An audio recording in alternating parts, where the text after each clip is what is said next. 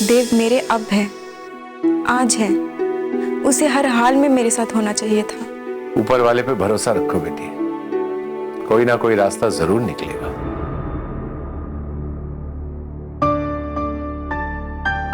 यह रहा सगुण, 5 करोड़ का चेक, 1 लाख रुपया नगद। अब यूं बताओ, मुहूर्त कब का निकालूं? उठा इन सबको यहां से चंदेल, उठा। और खबरदार, इस दुनिया में किसी ने देव और नंदिनी के रिश्ते के बीच में आने की कोशिश की तो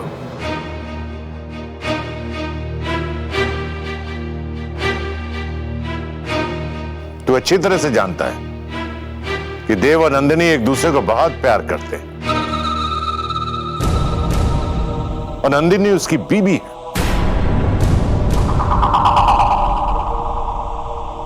तो फिर क्यों तू अपनी बेटी को इस घर की बहू बनाना चाहता है, या नहीं बनाना तेरी बेटी को बहू? आवाज नीचे, चौधरी सुमेर सिंह।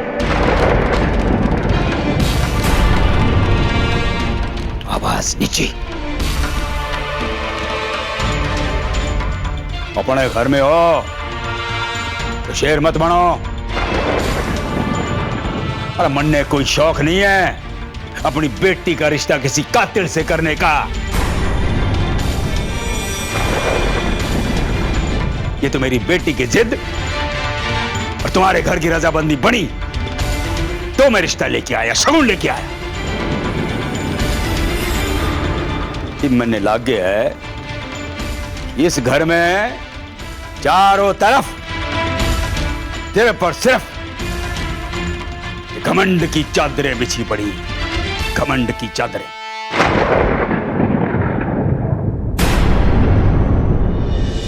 चौधरी और चौधरायण, एक बात ने कान खोल के सुन लो। मेरा बाप कहा करता था, बेटा जिंदगी में कभी अभिमान ना करना। मैंने कभी जिंदगी में अभिमान नहीं किया। हर किसी की कही बात को हल्के में मजाक में लेकर के मैं सबका आदर करता चला गया।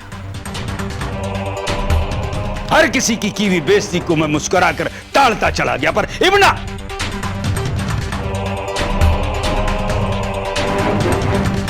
इब तुमने मेरे अंदर के बाप को जगा दिया है। इब्ना मैं छोड़ूंगा किसी को। देखना हाल करता हूं मैं इस खानदान का। तू चाहता है यहां से या धक्के मार के निकलवा दूं? बात सुन ले सुमेर सिंह, तेरी इनिंग खत्म होली, अब मेरी बारिश है, समझा? तो देख। रुक जा।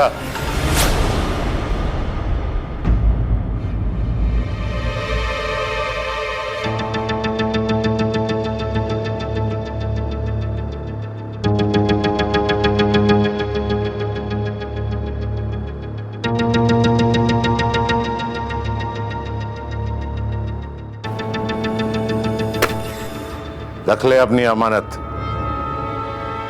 और अब जा यहां से।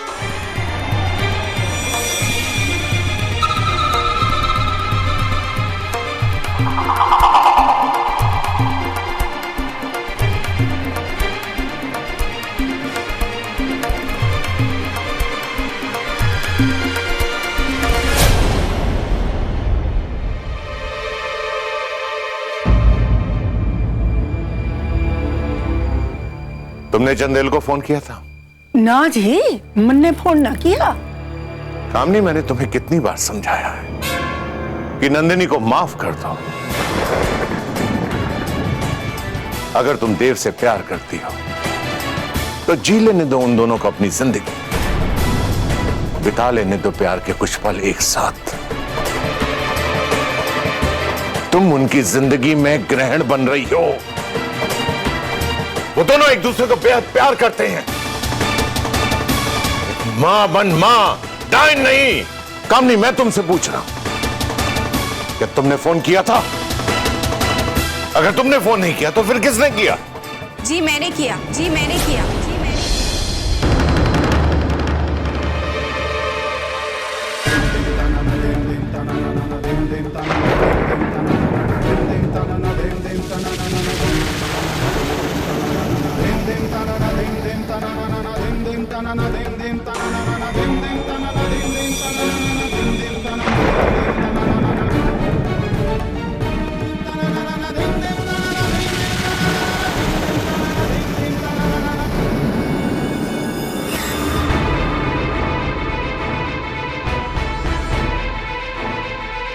तुमने फोन किया था?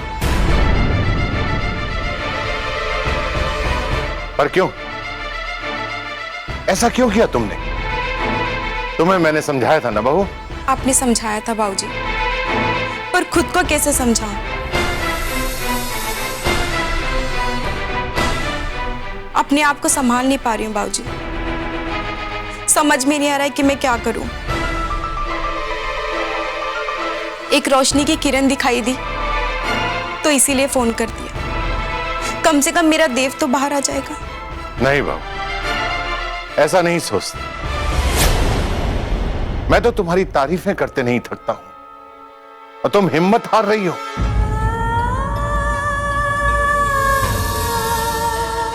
हिम्मत अपने लिए हो तो ठीक है बाबूजी, पर देव के बिना जीने से तो अच्छा है उसके साथ जिया जाए।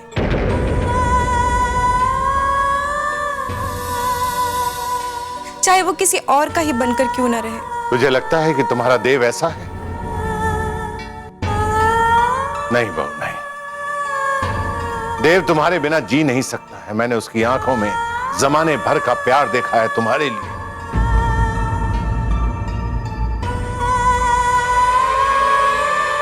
अगर तुम्हें विश्वास नहीं है तो आजमा कर देख लो। देव तुम्हारे बिना जी नहीं सकेगा।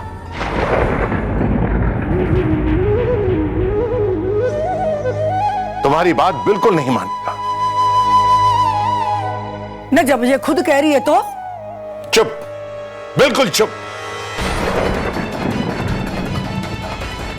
बहुत हो गया है। एक बेटी, एक बहू अपने पति के लिए परेशान है।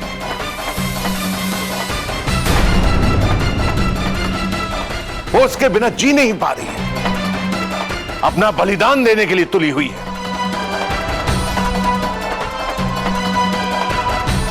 और तुम अभी भी अपने अहम पर पड़ी हो।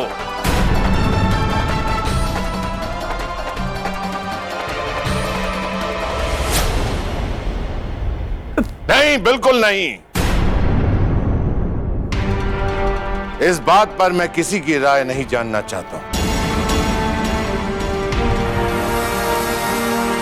और ना ही किसी को अधिकार देता हूं कि वो मेरे बहू के जीवन को दांव पर लगाए। जाओ, जाओ, अपने कमरे में जाओ।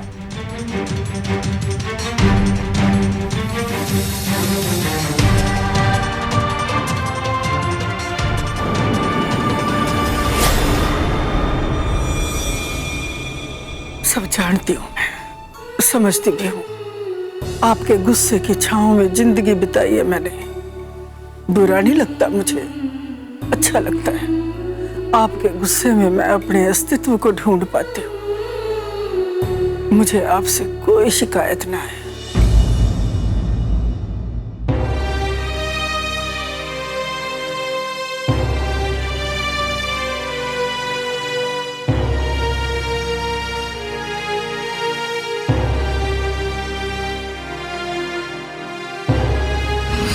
और तुमने दोबारा अगर ऐसी कोई बात कही ना, मैं सच कह रहा हूं कि मैं अपनी जान देता हूं। नहीं मानूंगा मैं तुम्हारी बात। चढ़ जाने दो फांसी, लेकिन मैं तुम्हारी बात हरगिज नहीं मानूंगा, कभी नहीं।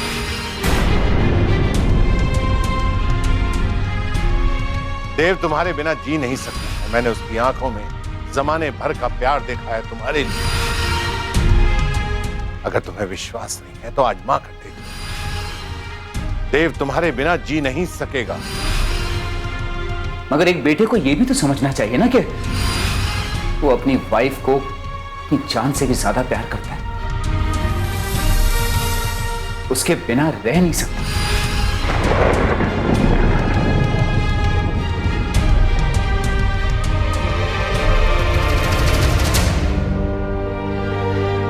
ये तो हद कर दी चंदेल चाचा ने।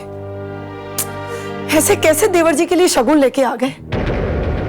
इतनी बेशर्म इंसान है। अरे ये चंडेल सिंह बेशर्मी में तो एवरेस्ट से भी ऊंचा है। उसे कुछ फर्क नहीं पड़ता है। उसकी चाल मेंढक की चाल है।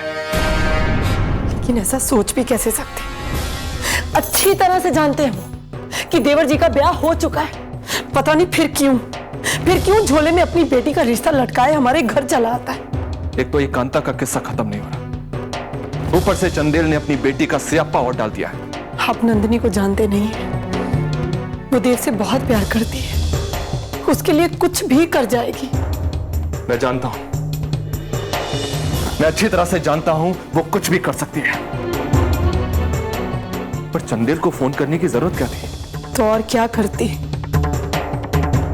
एक ही तो रास्ता दिखा था उसे, देव को बचाने का, तो चल पड़ी उस पर,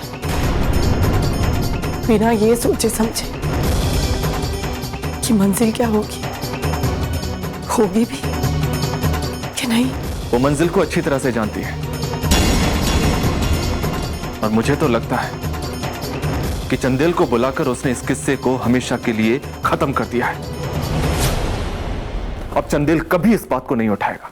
वो उठाए ना उठाए, लेकिन नंदिनी के सामने कई सवाल खड़े हो चुके हैं। मैं अच्छी तरह से जानती हूं देव के बिना नहीं रह सकती। तो ऐसे बोल रही है जैसे देव को सजा हो ही जाएगी। तू देखना, आज नहीं तो कल उसे जमानत मिल ही जाएगी। और उसका कांता के पास क्या काम? यही तो मैं भी नहीं समझ पा रही कि देवर जी वहां कैसे और क्यों पहुंचे। जब मैं गई थी तब तो जवाब क्यों?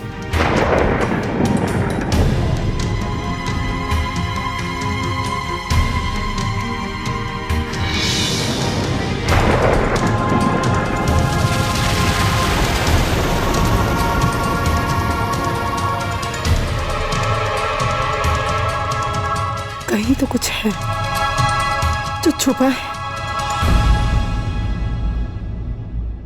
कातिल जो भी हो, पर इतना जानता हूं कि तुम नहीं हो।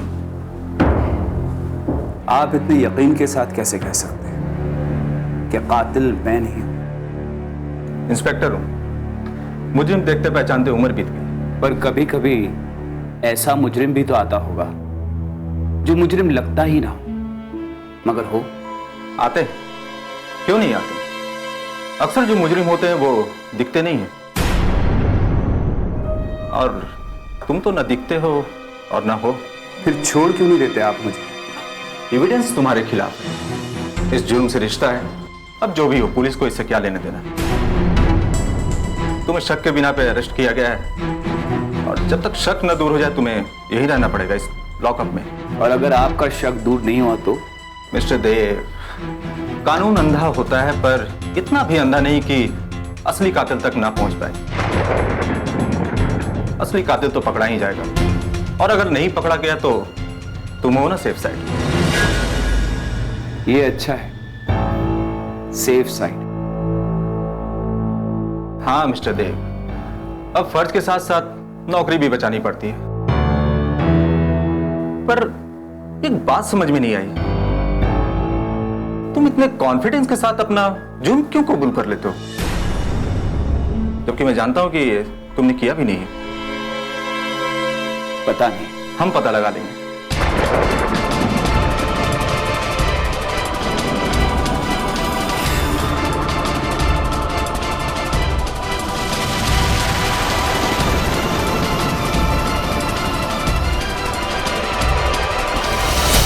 तो मैं सबसे पहले आपसे पूछता हूं, देव आपका बेटा है?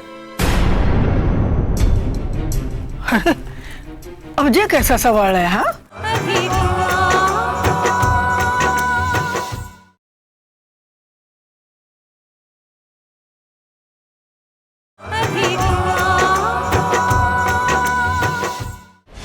नमस्ते माँ जी। जीता रहे, बैठ।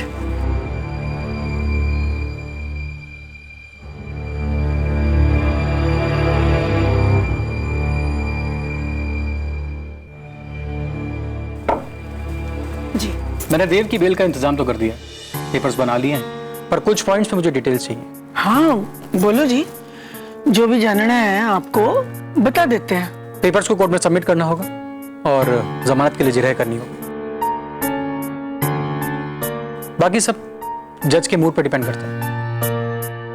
हाँ, पुलिस अपनी दलील रखेगी और मैं अपनी तरफ से। अच्छा ना, आपकी दलील क्या रहेगी?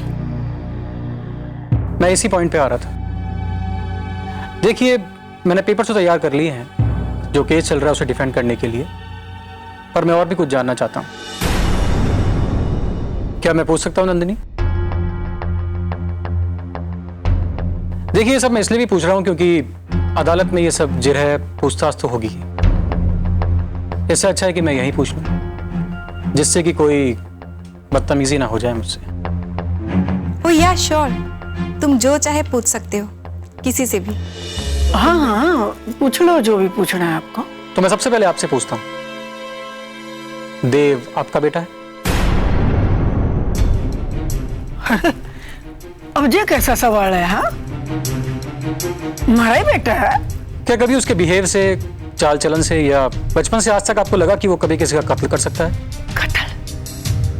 ना जी ना, मैं तो कभी ये बात ना मान सकूं। हमारा छोरा सीधा साधा पढ़िया लिखा नौजवान है और बेहद डरपोक है। वो ना कर सके किसी का भी कत्ल। बस अगर ब्याह मेरी मर्जी से कर लेता तो आप उसकी शादी से खुश नहीं है? देखो जी, हर माँ बाप अपनी औलाद से खुशियां चाहते हैं। अब ये औलाद पे निर्भर करता है कि वो माँ बाप को उनकी खुशियां दे पाती है या नहीं। जिसका कत्ल हुआ उसे आप जानती थी? हाँ, एक बार आई तो थी हमारे घर पे, बस तभी देखा था। मैं ऐसा नहीं कर सकता।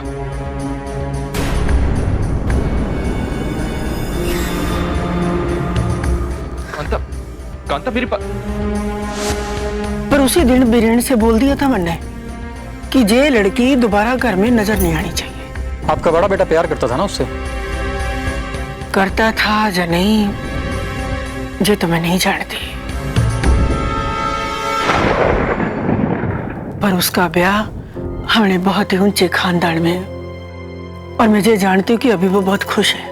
अगर वो खुश होता तो मरने वाली से संबंध नहीं बनाता। ये तो पता ना है मरी है कि जिंदा है, पर जो मरी है वो ना है। जानता हूं, मतलब मरने वाली का इस घर से रिश्ता तो था। आप इसे रिश्ता मानते हैं? क्यों, आप नहीं मानती? चलिए मत मानिए, लेकिन जहां तक मेरी इंफॉर्मेशन है और जो पुलिस में बयान आपने दिया है, उस हिसाब से आप मरने वाली से मिली थी। मरी नहीं है वो। जिंदा भी तो नहीं है हमारे सामने। तो आप मिली थी 3 बार। उसी के घर पे मिली थी ना आप? कितनी अजीब बात है, जबकि आप जानती थी कि वो कौन है और क्या रिश्ता है उसका आपके पति से, फिर भी। देखिए, ये मेरा जाती मामला है।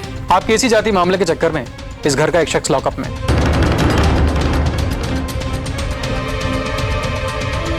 एनीवेज, जल्दी सच्चाई सामने आई जाएगी।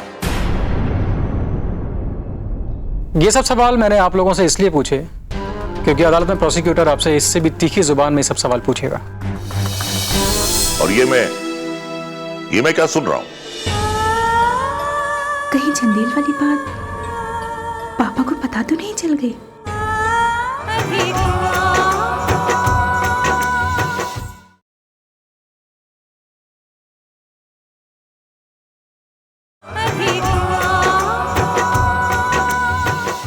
ये सब सवाल मैंने आप लोगों से इसलिए पूछे क्योंकि अदालत में प्रोसिक्यूटर आपसे इससे भी तीखी जुबान में सब सवाल पूछेगा।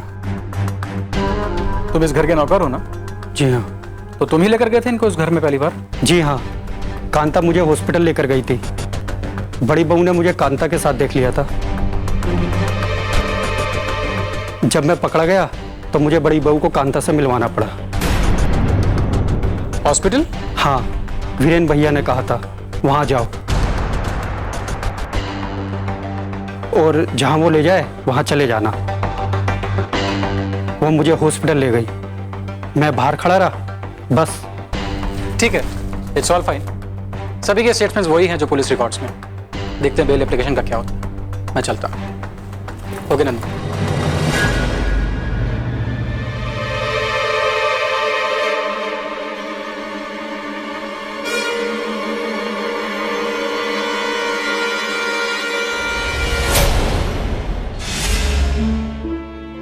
देव के मन में चल क्या रहा है ये किसी को नहीं पता है। बाबूजी, मुझे तो एक बात समझ में नहीं आती कि देव ने ये कत्ल किया क्यों? बेटे, मेरी समझ में तो ये आता है कि देव ने ये कत्ल किया ही नहीं। लेकिन बाबूजी, अगर उन्होंने ये कत्ल नहीं किया है तो फिर एक्सेप्ट क्यों किया? यही वो गुत्थी है जो सुलझ नहीं रही है। उससे पूछो तो ठीक से जवाब नहीं देता। बेटे, उसकी आंखें पढ़कर मुझे ये लग रहा है कि पूरी दुनिया से वो कुछ छुपा रहा है।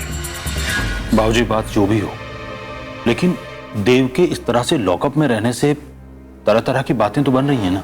हाँ, बातें तो बनेंगी, और बातें बनाने वालों का मुंह कौन रोक सकता है? बाबूजी, आपकी बात हुई ना नंदिनी से? हाँ, बात तो ही थी, लेकिन ठीक से बात हो नहीं पाई। तू फोन तो लगा।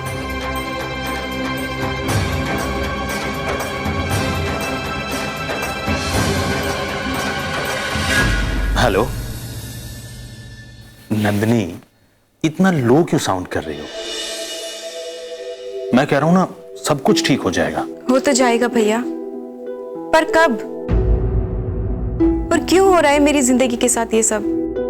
देख मेरी झांसी की रानी, अब जो हो रहा है उसे तो बर्दाश्त करना ही होगा। और देख, सोना जो है वो आग में तपकर ही सोना बनता है। नहीं बनना मुझे सोना, मैं पीतल ही ठीक हूं। कैसी बात कर रही हो नंदिनी? अरे जिसका दिल सोने जैसा हो वो पीतल कैसे हो सकता है? देख, हम सब तेरे साथ हैं, कुछ नहीं होगा, सब कुछ ठीक हो जाएगा। ले, बाबूजी से बात कर। हाँ नंदिनी बेटे, कैसी है तू? तू बिल्कुल चिंता मत कर, सब ठीक हो जाएगा। और ये मैं क्या सुन रहा हूं? कहीं चंदेल वाली बात पापा को पता तो नहीं चल गई?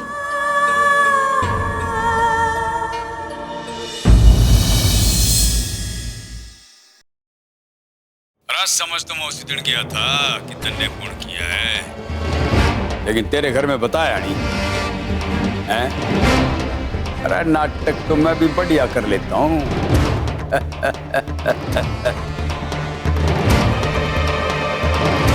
लेकिन एक बात जान ली मैंने, मेरी छोरी के लिए तेरे दिल में जगह है, बस इतना ही काफी।